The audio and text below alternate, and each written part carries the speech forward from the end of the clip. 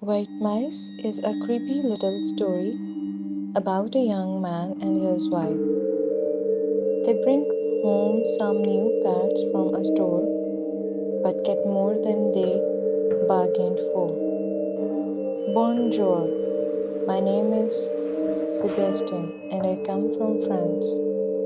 I live in a suburb of Paris with my wife, Sabine. We met in a nightclub just a few months ago. When I saw her lithe figure on the dance floor, she took my breath away. I never believed in love at first sight, but as I watched her slow, graceful movements as she danced, I knew that she would be my wife. Sabine is a deeply passionate woman, highly sensual, sultry, and seductive. However, she also had a dark side. Sometimes she was loving and caring and did everything in her power to please me. At other times, she could be cold blooded and cruel with a quick and poisonous tongue. Sabine wore her emotions on her sleeve and could be quite a handful. When we began seeing each other, I had to learn to adjust to her moods. Within the space of a few minutes, she could go from quite pleasant and relaxed to loud, angry, and vicious. I had to be very careful because even the slightest thing could set her off. We had only been dating for 1 month when I asked her to marry me. My friend said I was rushing into things, but I was worried that some other guy would come along and sweep her off her feet. In the days and weeks after the wedding, we were inseparable. Often we would spend the morning cuddling in bed. Sabine would coil herself around me and lay gentle kisses on my neck. However, it wasn't long before her attitude towards me began to change. She grew sullen and withdrawn and started pressing me to have children. I told her it was too soon and said that we should wait until our financial situation was better. But Sabine was incorrigible. All she talked about was having babies. It was just as she was obsessed. What should we name our children? She asked one day as I was trying to read the newspaper. Hmm, I don't know, I replied, a little irritated. I haven't thought about it much. Well, I have, said Sabine. If we have boys, I will call them Simon, Sylvester, Seymour, Stephen, and Cedric. If they are girls, then Solane, Saliva, Sandrine, Suzanne, Selena, and Cynthia. I did not reply and just returned to my paper. One hot afternoon in the middle of summer, Sabine and I were lying on deck chairs, sunning ourselves on the terrace. I glanced over at my beautiful wife and noticed something odd about the skin on her legs. It was peeling off. Sabine, I said, you are getting burned. I reached out and put my hand on her thigh. Her skin felt rough and scaly. She groaned lazily. Don't worry, darling, it's nothing. It's not nothing, Sabine. I said I want you to see the doctor about this skin condition of yours. I am worried. It could be serious. The next morning, despite my wife's protests, I accompanied her to the dermatologist. He examined her for a while but couldn't figure out what was wrong. However, he assured us that it was not serious and would probably clear up on its own. He gave Sabine a balm to apply to her skin twice a day and advised her to stay out of the sun for the time being. On the way home, we passed a pet store. Sabine stopped and stared through the shop window. Her face broke out into a smile. Oh, look, Sebastian! she exclaimed. They're so cute. I raised my eyebrows when I saw what she was pointing at. It was a cage full of white mice. They were crawling all over each other, and the sight of their flesh colored tails swinging back and forth sent a chill down my spine. I thought it was a completely hideous sight, but before I could object, my wife was already entering the store. But Sabine, we can't. Oh, stop being such a killjoy, she cried. There will be so much fun for our children to play with. But Sabine, we don't have any kids. She burst into tears. Come on, Sabine, come down. I pleaded. Everyone is watching us. Oh, Sabine.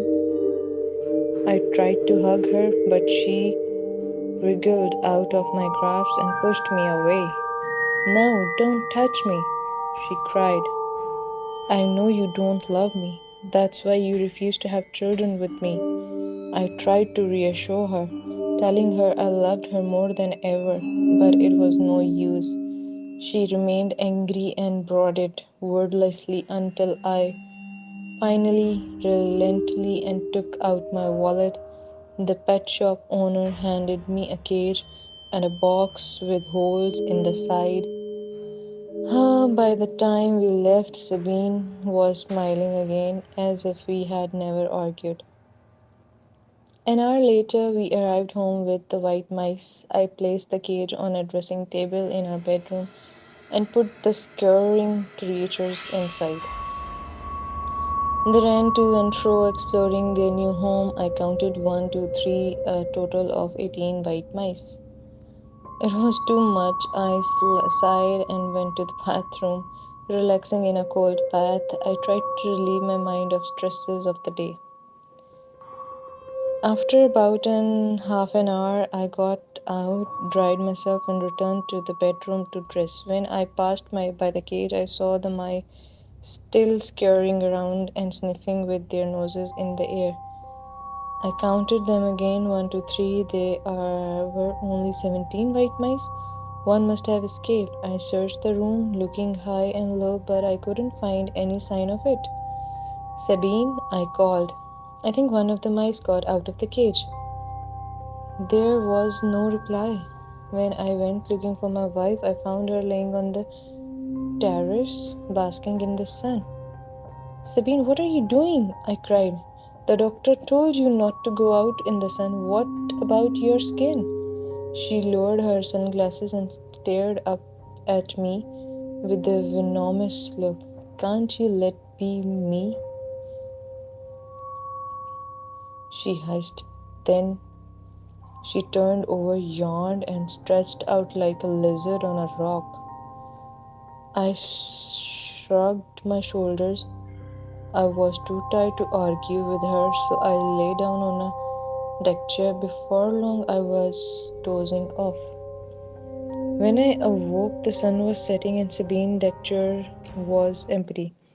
I was alone on the terrace, rubbing my eyes. I got up and walked to the bedroom. Pausing at the door, I peeked inside and saw Sabine sitting cross legged on her bed.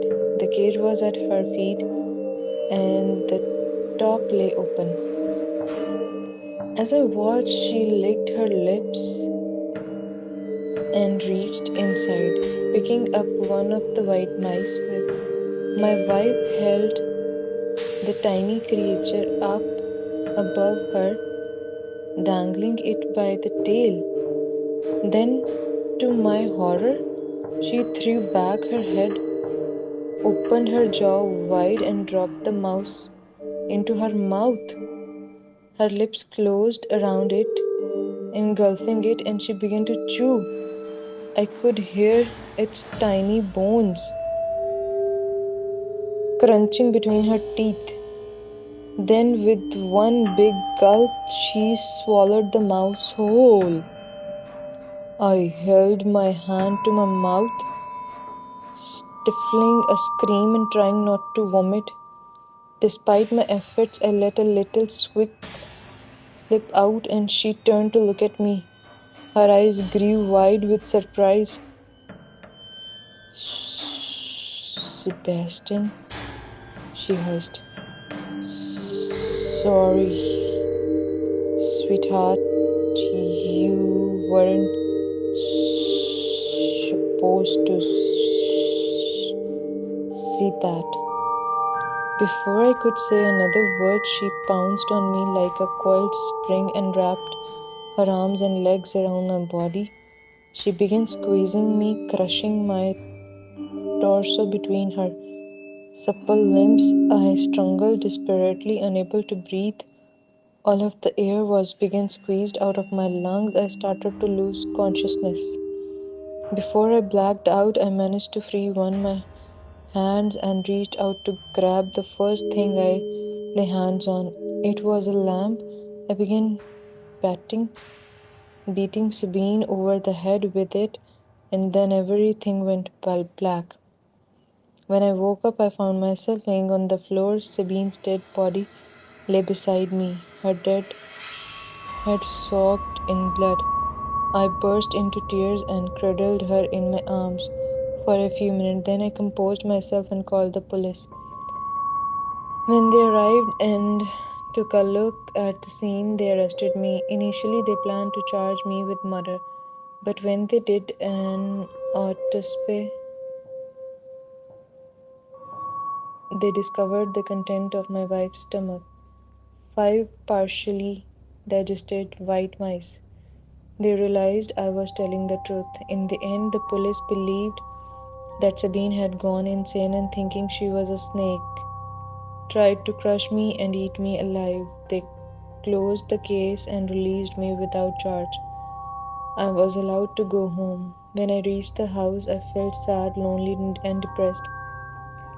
The place was so empty without Sabine. Despite what had happened, I still loved her, and I blamed myself for her death.